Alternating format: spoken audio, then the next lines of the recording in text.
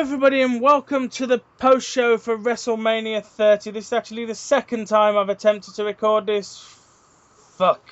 Yeah, we are here talking about WrestleMania 30, and WrestleMania 30 is, it's definitely a WrestleMania, I suppose. It's left us not sure what to think at the end of it, but I think we need to get into the. We need to start by getting into the pre-show. Normally, I ignore the pre-show, but something important happened on the pre-show, and obviously that was a tag match. The pre-show's match was a tag team match, and the Usos retained their tag team championships in that match. But what I want to talk about that is the seeming breakup of the Real Americans, which has been coming for a while. Yeah. And I think it's safe to say we have seen the face turn of Antonio. Sorry, no, he's not Antonio Cesaro anymore. He's Cesaro now. Yeah. Honestly, I think the reason that they've been kind of wanting to break them up is because everybody knows that Antonio Cesaro is a good single competitor. Mm-hmm. And he hasn't really had very much luck with being a tag team with Jack Swagger. Yes, of course. Not really. But it's got him the opportunity to be on the main stage, and now he's been given his push. Yes. But the Usos hold on to their tag team championships, and then there's a bit of a kerfuffle with the Real Americans. I've got to stop using these really, really yoldy English words. But either way, in other words, they fought at the end. Yeah, welcome to Louisiana, where we're on the main pay-per-view at the Mercedes-Benz Superdome, and we start off with the host of WrestleMania, Hulk Hogan, who makes his way out to the ring, picks up the microphone, starts doing a Hulk Hogan promo, forgets what the name of the arena is in, and gets it wrong. It is I will say this, it is the Superdome, not the Silverdome. The Silverdome is in Detroit. The Silverdome is in Detroit. But I think it is safe to say that this was an incredible moment. Because Hulk Hogan came out, Hulk Hogan cut a Hulk Hogan promo, and then the glass shattered, and Stone Cold Steve Austin came out. My mom was happy. That's her favorite wrestler. Stone Cold came out and then cut a Stone Cold promo. And then after Austin was finished, The Rock came out and cut a Rock promo. Then The Rock cut a Rock promo, and then it got awkward. Then it got awkward. This was the moment when three retired professional wrestlers started putting each other over. That was funny. Strange. That was a bit weird. But at the end of the day, it's WrestleMania 30, and these are three of the biggest stars in WrestleMania history. And then you get the big beer bath. Yeah, and then you get the big beer bath. And then it's time for the first match of the card, and my first wrong prediction. We get Stephanie McMahon standing in the ring, dressed in. I actually wrote some notes for this. Blouse, a blazer. Stephanie. I'm gonna call it her pre-Attitude Era outfit.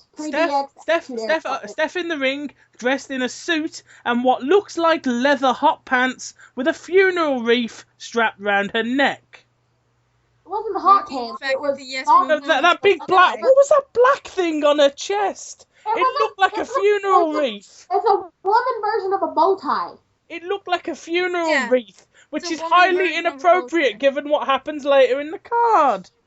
It's we'll get to that. We'll get to that, please. Basically, what it was, Stephanie was dressed like she used to do back when Triple H was in the Attitude Era. Then Stephanie begins to put Triple H over like he's Jesus. As if he's God himself. And then here he comes, looking like a medieval king a medieval king, or the love child of Skeletor. Just like he did at WrestleMania 22, because it was the exact same thing. Interestingly enough, he enters to Time to Play the Game rather than King of Kings. Whatever. Just a thought. Because he wanted to go out. He wanted to come out as the game rather than be the King of Kings. Credit where it's due. Hunter looks to be in fantastic shape for WrestleMania. Did you watch the same match that I watched? Are you blind? No, he did look all right. He did look in good nick. Beautiful. And here comes Daniel Bryan. His entrance is much less flashy than Triple H, business as usual, for the leader of the Yes Movement. Bryan's shoulder is heavily taped up, selling the injury. And then what match were you watching? Triple H can't even take a fucking punch anymore. And then we get a pretty decent match. That was pretty decent. I think that was a decent match. Excuse me? I liked it. Decent? Where do you get decent? The man got jumped right after it was over. Yeah, but I mean what we saw in the ring before that. You're crazy. You're mental. No. You're drinking the crazy juice, Tom. You're drinking the crazy juice. I'm trying to look at it, but either way, Daniel Bryan ends up countering the pedigree, which I thought was a really cool spot. Yay! Really cool spot there. Stephanie repeatedly slaps Daniel Bryan. Triple H slides back into the ring and attacks Bryan. Triple H slides to the outside, grabs a steel chair, and hits the injured shoulder. So basically, post-match, Triple H beats the shit out of Daniel Bryan. Because he's a sore loser and the biggest egomaniac to ever step foot in a WWE ring. It works with the ending, so... I feel better. And then we get the newly named Kane Paration come out. This was weird. The New Age Outlaws came out, started cutting their promo, then they were cut off by the Shield, who were then cut off by Kane. This was a bit weird. It was one of those matches that's just like, you just kind of got to get it out of the way. No, what I mean is it makes me think like the Outlaws came out too early. Yeah. I don't know. Maybe the Outlaws came out too early. Either way, the Shield beat the shit out of them. Next. In about 10 minutes. It is not a long match. But which means they're baby faces now. It would have been nice. It would have been nice for Kane to wear some some more stylized dress pants for the show, though. I mean, he normally wears suit trousers anyway, but it would have been nice for him, I don't know, to add maybe some dungarees or something to it. You know, maybe some suspenders. Maybe some suspenders would be nice. It'll look like the IRS guy. Well, no, if he added... So we actually saw later on in the show. But the Shield pick up the win, so no Shield breakup, and another wrong prediction for me. Yay! What are we now? 2-0? 2-0? Yeah, I am 2-0 at this point. I'm building my own streak of wrong. You're 0-2, Tom. I'm building my own reverse streak at the moment. Please don't talk about streaks until we get there. Hacksaw Jim Duggan and Sergeant Slaughter are with Danny Davis, and they're fucking around. They're just playing. That's how they promote Ricky Steamboat walks in, and he begins to fuck around. Then they're not fucking around. They're promoting the thing. I know. I just don't like this. Obvious. That's how they promote the kids' toys and stuff. They gotta do it somehow. Yeah, on a pay-per-view that people have paid for. Yeah, but notice it was all legends. Yeah, I suppose. Doing it. But either way, we get a backstage thing like this all the time. Ron Simmons and his damn long term short. Ted DiBiase turns up. He's bought the toys off them. Then Ron Simmons turns up and says, "Damn," and then we go on. Then we go on with our lives. It's now time for the Andre the Giant Memorial Battle Royal, and by God, that trophy is big. It's like it's nearly 6 foot tall. I was kind of expecting something a little more statuesque.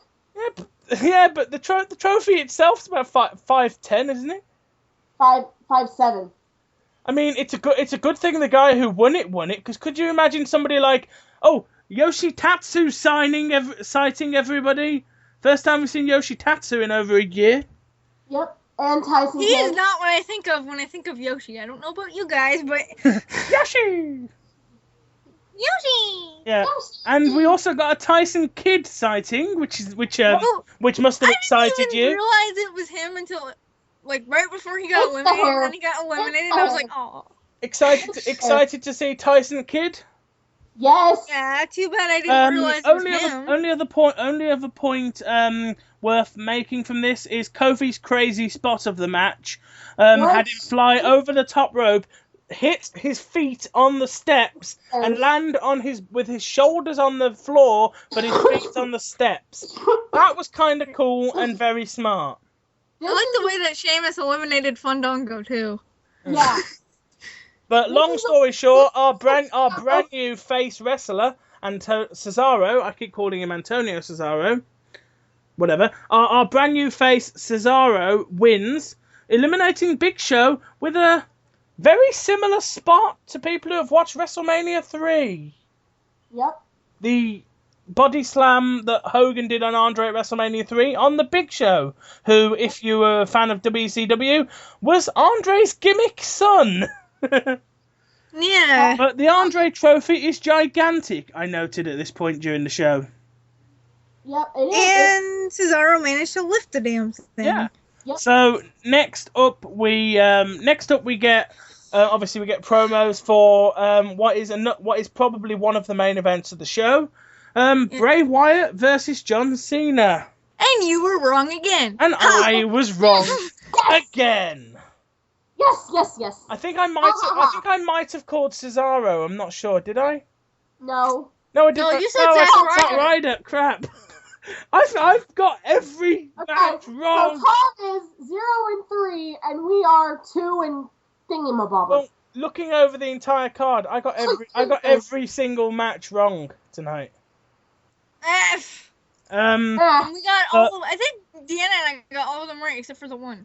Yeah, Nope. which we'll talk about. But yeah, John Cena wins. Yay. I did note that the Bray Wyatt band were all wearing ghost makeup and or masks, which I think is a very nice touch.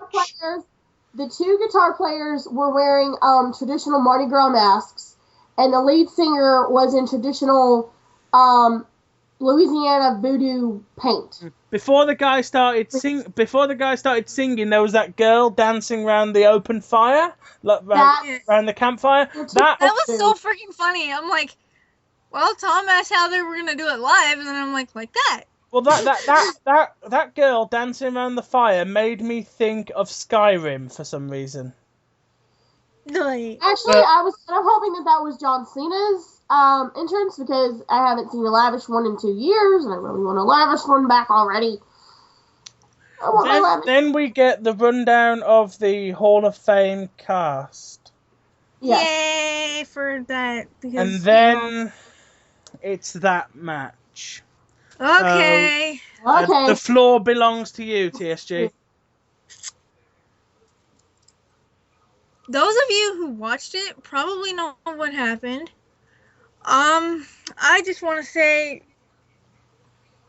I was crying last night, for one.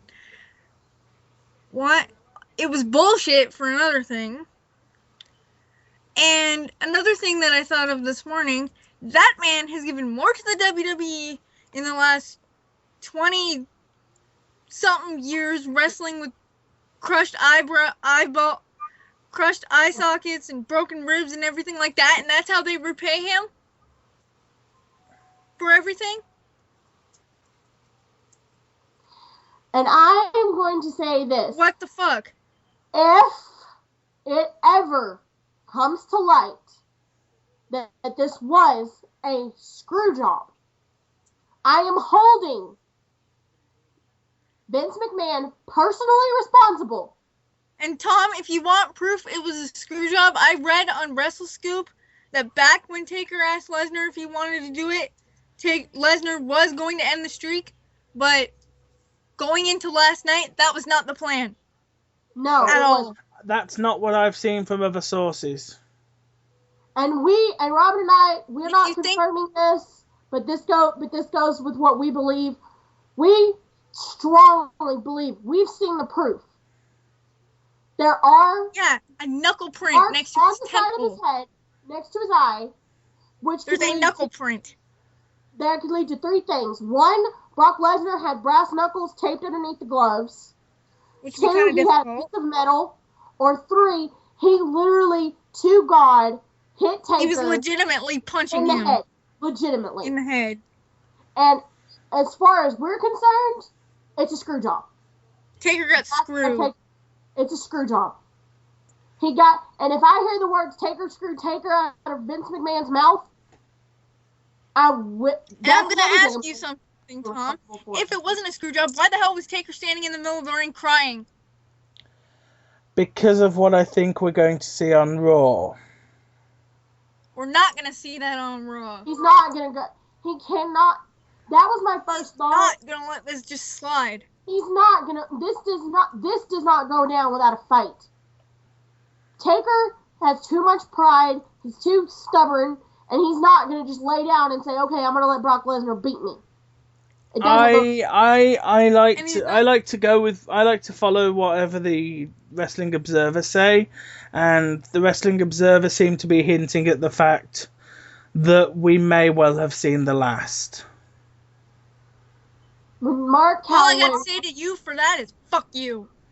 When Mark Calloway, and I'm saying this because I'm defending him, when the day Mark Calloway walks out of that ring, he walks out with his head held high, his pride intact, his legacy intact, and everything that he ever worked for intact. And by golly, if last night was not a low down, disrespectful way to treat a man whose legacy goes back all the way to the 80s, goes back to WrestleMania 3.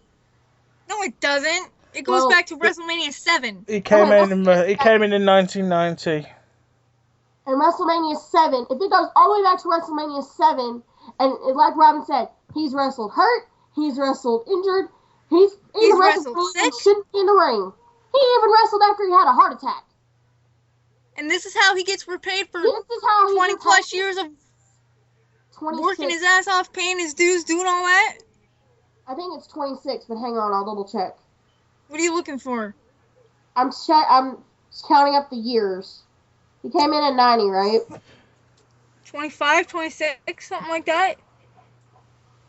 24. And that's how Vince repays him for all his hard work? He's been in that company 24 years, 1 year shy of Shawn Michaels' retirement year, and this is how he gets treated? Shawn Michaels got treated better than he did. Shawn Michaels went out with his dignity intact. You can't sit there and tell me that Taker's not going to go out he's going to go out like this with his legacy and his name being ran through the mud by some walrus lapdog who came into this company, came back to this company because he needed money, not because he wanted to come back. Lesnar comes back when he needs money. Taker comes back because he knows. Comes back when he needs money. Those two are in this for the money. Taker's in it for the sport and for us, not for the money. And if I hear anybody say that, I will personally smack them. And I'm getting a little more upset than I should because frankly, Robin should be the one ranting and not me. But this is how he gets repaid for 24, 25 years of hard work, working when he's hurt, when he's sick. When he's got kids at home. When he's got kids at home. When he's put his whole entire life on the line for us every night for the past 24 years. And this is how we repay him. Or this is how Vince McMahon repays him. Repays arguably one of the biggest, most popular stars in WWE history that's made him so much money. To quote JBL, the WWE General, the man who rules the locker room with an iron fist, the man who taught John Cena what the word respect means, the man who shot Randy Orton's ass up more than one time, the man who shot Hunter up 3 times, the man who retired Shawn Michaels but did it with dignity and respect, and the man that after, and Robin, I know I shouldn't bring this up, but I'm going to, and after his best friend died in that ring, he got in the damn ring and he fought. So I don't care what anybody says. Robin backs me up on it. We all back up on it. Taker got screwed. And if respect and if that company is built on respect is earned, not given, then where the hell do you get off saying that about Brock Lesnar? Because he sure as hell ain't earned nobody's respect. He, in 3 seconds, became the most hated man in that locker room. And the most hated man in the entire WWE universe. And so help me God, if there is even one Brock Lesnar fan out there, then I hope to God you burn in hell because your hero just screwed over the best man that ever walked in that locker room. Well, I don't think there's anything else we can say about that match. There's no point to me bringing up my arguments because, well, you know, I'm not going to be as vehement as you guys are. I'm at peace with it, and I think it was a hell of a match. And if it's the last one, I applaud them both for the match that they had. That's all I'm saying on the matter because, there's no point in us fighting over this. Brock Lesnar can rot in hell. But with WrestleMania 30's match out of the way, we've seen the end of the streak. That's all. That's my final word on it. Okay. I'm calling it. I'm bullshit. That's it. Bullshit. And to follow up this match for a come down after the match, we get a Divas match. This is another bullshit thing. Surprisingly enough, this was, according to many sources and Vicky Guerrero herself, Vicky Guerrero's last night. Very last night with the WWE. She will not be returning anymore. They said it is because she wishes to spend more time with her youngest daughter. Well, that's fine. If that's the way she wants to go, then that's okay. This is another bullshit thing. Yeah, exactly. 2 bullshit things right in a row. 2 bullshits right back and forth. Natty, it should have been Natty, Bree, Nikki, or Tamina. Or hell, even Naomi and Cameron. Then it showed to us that there is a lineup of WWE Hall of Famers sat at ringside. This includes Bruno Sammartino, Harley Race, Bob Backlund, Dusty Rhodes, and Bret Hart. Yeah, I get to see Bret. Or does it just me, or does Harley Race look like he's gone down in the last year since we last saw him? Yeah, he looks old. Bob Backlund was making goofy faces. The last time I saw Harley Race, he looked to be in the peak of health for a man of his age. Yeah. And now suddenly he just looks really bad. Like Bob Harley Race looked like he'd aged quite badly at the Ric Flair retirement. He was really. Well, he was helped to the ring by 2 of the Divas, Mickie James and Michelle McCool. Yeah, but Bob Backlund, several years ago when Bob Backlund went into the Hall of Fame, he looked horrible. And now he looks better. But he's making goofy faces. And we Bret then looks more like Stu. We then get to what is realistically the main event of the card. The story. It's obviously there for. It's for the the WWE World Heavyweight Championship. It's Randy Orton versus Batista versus Daniel Bryan, who qualified having defeated Triple H earlier in the night. And Tom, you were wrong again, I think. And I was wrong again. Sort of, because I predicted for Triple H to be in this match. Had I predicted for Daniel Bryan to be in this match, it's the same position in the match. I predicted for the person from the first. But yeah, I was wrong. Okay, my guy wasn't in the match.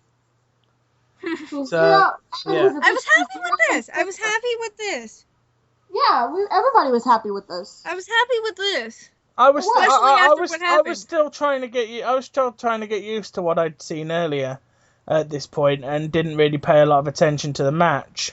One thing I will say about this match that did kind of spook me a little, and I know it was probably just something that they did just for effect, but when Randy RKO'd Daniel out of that Batista bomb, it really did make me a little nervous. Randy landed on the monitor. Yeah, because usually and cut his back all the shit. When you come out of a Batista bomb, you land one of 2 ways. You land with your head up so that you don't snap your neck back, or you land flat on your back. Daniel sadly landed flat on his back and almost did exactly like John Cena at SummerSlam 2008. Almost popped his neck. Yeah, he got lucky. I was happy with this one. We did see a little bit of evolution with Batista and Orton working together at one point. Yeah, and then Dickhead had to come out and try and ruin everything. And then then McBoobs and the Nose came out. Did you just call her McBoobs? Yeah, I did. Yes, she did. Yes, he did. I did, yeah. I called him McBoobs. Well, Big Nose I can understand, but she does have big boobs. She's hot. Not that I was looking there, but it's kind of hard to. But this match ends with Daniel Bryan catching Batista with the running knee, or as it was listed on Wikipedia for a while, the knee that beat John Cena. Yep. Before anybody knew what it was called. That's what she had, to be the knee that beat John Cena. Yeah. And the winner of the match and the new WWE World Heavyweight Champion, Daniel Bryan. The crowd. After a 7-month nightmare. Yeah, the crowd explodes in excitement as Daniel Bryan's win redeems him at WrestleMania. Redeem WrestleMania following what happened earlier in the night. Yep. There is one thing that I want to point out. Randy Orton held the championship totally, adding in at TLC. He held the title. He added the time he was the WWE champion. Yeah, before the added that in too. He held it for a total of 9 months, which is the longest reign he's ever had. Because usually he's held the title maybe a month or two, maybe 4 months. And then he loses to somebody. He's never held it a total of 9 months. He's never held it that long. And I think because Randy held the titles, he gets a rematch. Yes, he does. And I think this match had to happen with the result it did as a way of redeeming WrestleMania, given what happened earlier in the night. You couldn't have had a heel win this match and have a heel win that match. So again, fucking shit. I will put it this way. To say. This is all I'm saying. This is what I'm saying, and then I'm gonna shut it. If you would have had Triple H win this match, if you'd had him win the first match and then win this one, the entire Superdome in itself would have gone implode because the crowd would have got up, walked out, and the camera would have just faded to black because there'd have been nobody around. I think if Triple H had won this match, rather than the crowd just doing a walkout, I think this match would end with Triple H doing his celebration in the middle of the ring and people throwing crap in the ring. No, there's people asking for their money back because of the Undertaker thing. Yeah, there's people asking, satellite companies, cable companies are asking for their money back. And honestly, I can't say. And it was reported that there were people that got up and ran out of the arena crying because of what happened. Well, it was a big shock. Now I know. Obviously, I didn't really get to put any points across during that. So if I can, I will sort of give some of my points. Be careful what you say, or I'll rip your head off. Looking at it purely from a art of wrestling sort of perspective, it was one of the best matches I've ever seen. Because are you blind? No, I'm not blind. We saw. You have an eye condition, but are you blind? We saw multiple tombstones, multiple F5s, reversals of submission moves. Yeah, how the hell can he do that? Exactly. He had to have steroids. Thank you. Because you cannot pick up a 299 pound, 6'10" man like that. Exactly. Without leverage. For the show is that how does a guy like you have guys like Triple H, Shawn, Mark Henry, and guys built like that can't even break a hold like that, and how does somebody with chicken legs manage to do it? Do it without the help of something? But either way, I look at the match as an incredible, a well thought out match, and I mean, obviously the ending might not have been the ending that any of us wanted, but if, and this is pure speculation. Watch your wording, Tom. I'm glaring at you through the computer. If this turns out to be the last match of the Undertaker, I see it as a match worthy of being the last match. I don't see that because Taker's got too much pride to walk out like the way he did last night. Night. It's just like I said, too much pride, and you can bet you bottom dollar he smells a rat. Well, that's if that was, then I think that was. No, we're not being conspiracy theorists. There's actual evidence. There's actual proof. We've seen the picture. We know. We've seen the picture. The damn knuckle print by his He's eye got near his proof. temple. If anybody wants to believe us, we can give Tom the picture and he can post it at the end of the video. But we've got the proof. If that's what if that's what you guys have got, then I will put that up at the end of the end. We're not the only ones because it's all over Twitter and it's all over, well, not Facebook, But from the places I've looked, this was the planned finish. No, it wasn't. Nope. And I'm gonna go looking for that. What I'm reading from the sources that I read and follow is that this was the plan. This was the plan, and if this was the plan and this was the last one, then I think it was a good match to end on. Hold on, This turns out to be another. Looking for this bloody thing. I gotta find WrestleScoop. The only thing. But guys, I think we can safely say that this is going to be a moment in wrestling history that will be thought about and talked about for months, if not years to come. It's definitely going to be one of those moments that you will always know where you were the day that the streak ended. It's one of those. It's going to be one of those moments. People know where they were when JR in Dallas was shot. People will know where they were when Brock Lesnar beat The Undertaker, and that, I think, it's a wrestling moment. It's a wrestling moment for history. It's gonna be funny if there's a shirt come out like it was like there was a shirt that said "Who shot JR?" There's gonna be a shirt that says "Who the fuck let Brock Lesnar win?" Yeah, why Brock Lesnar? Like, why? That's all we can ask. What am I actually looking for on this picture you just sent me? Okay, do you see this? Do you see the side of his head? You mean where he's got like those purple lines on his forehead? No, it's like right the by side of his head, right next to his eye. Right next to his left eye or his right eye. That's just a bruise from being in a fight, a wrestling match. That's a print, you dumbass. That's a imprint. All right, I'll leave that up to the people watching. I'll post that picture for a couple of minutes at the end for a minute or two at the end of the show. But to find that bloody thing. Yeah. Is there anything else? Are there any final thoughts? It was a pretty good show up till that point. I'll say this: WrestleMania 30 was supposed to be a gigantic pop. This wasn't a gigantic pop. This was a gigantic disappointment. Not entirely. Not entirely, but half. Part of it was a disappointment. I'm trying to find that bloody thing. Well, I'll post any more pictures that are made available to me at the end of the show.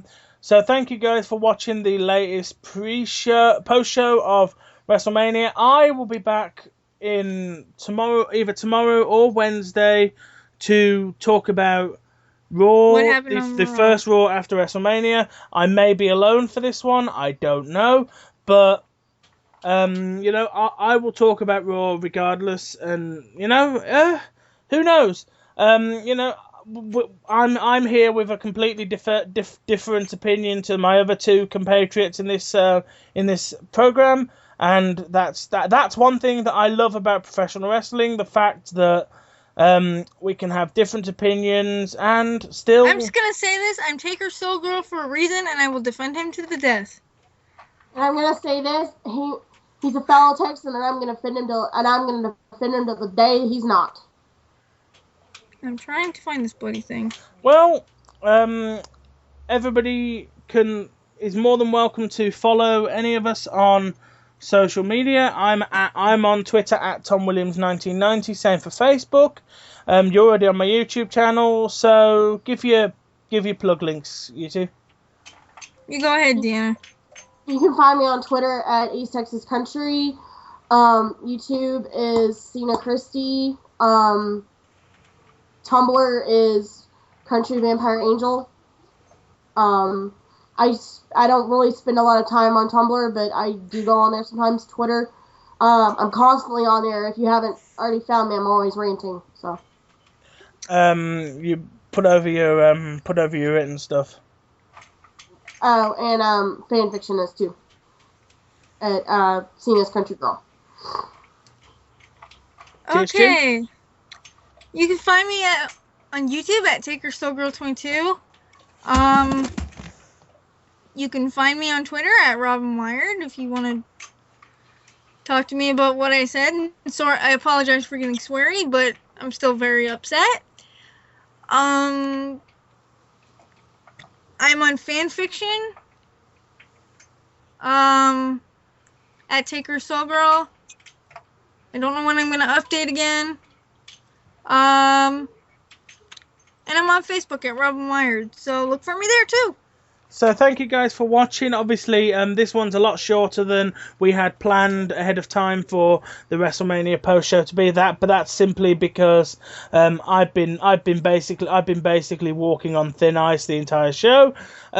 So yeah, I thank you guys for watching the post show. I'll post any pictures that I've been given to show you guys.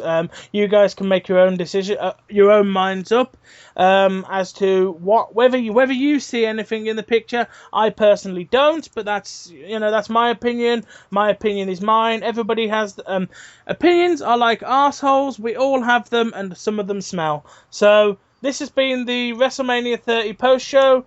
I'll be back to talk to you guys at some point about the first Raw after the pay-per-view. I might be alone. I could be accompanied. Who knows? But thank you guys for watching, and make sure you stick around on the channel for more content on a daily basis. Thank you guys for watching, and goodbye.